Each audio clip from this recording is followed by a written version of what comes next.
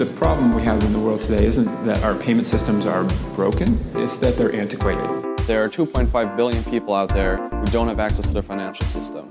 Settlement today requires third parties. There simply is no way for two institutions to reconcile their obligations without having to rely on a third party to arbitrate.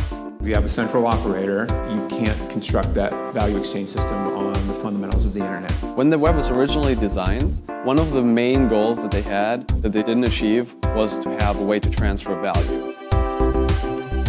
Ripple is an open source protocol that is designed to facilitate the settlement of funds in real time in any currency. Having a standardized protocol allows financial institutions to instantly connect with anyone on the network. Basically acts as an internet for value exchange. My name is Chris Larsen. I'm the CEO and co-founder of Ripple Labs. Ripple Labs is the technology company that originally invented the Ripple protocol. The Ripple protocol now is open source. It's really a public good. Ripple Labs doesn't own it. Anybody can use it for free as they see fit, really like an HTTP for money.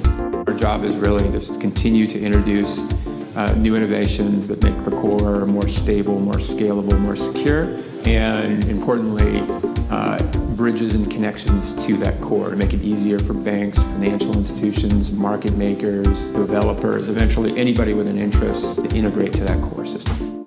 That's a big task, and we think you need a phenomenal team of very, very smart, dedicated people working full-time on that protocol if this really is going to be an internet for value exchange.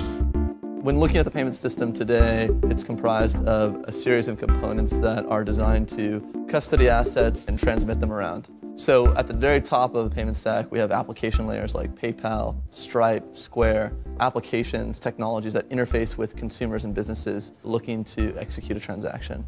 Below that, we have banks, the institutions that custody the assets themselves. Moving below that, we start to look at the core interbank infrastructure, rule sets around business continuity, safety and soundness, regulatory compliance.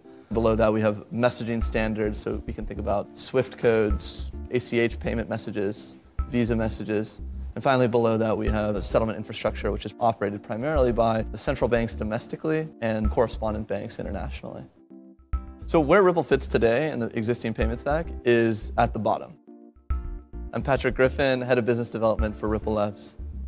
Traditional funds transfers today effectively rely on intermediaries to coordinate settlement. So while payments can happen bilaterally, fund settlement has to move through a network of third-party intermediaries.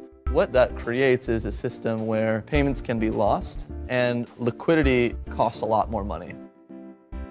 Before joining Ripple Labs, I was working as a Bitcoin volunteer for 3 years, trying to get Bitcoin into the mainstream. And what attracted me to Ripple was just the amazing team that they put together. My name is Stefan Thomas, and I'm CTO at Ripple Labs.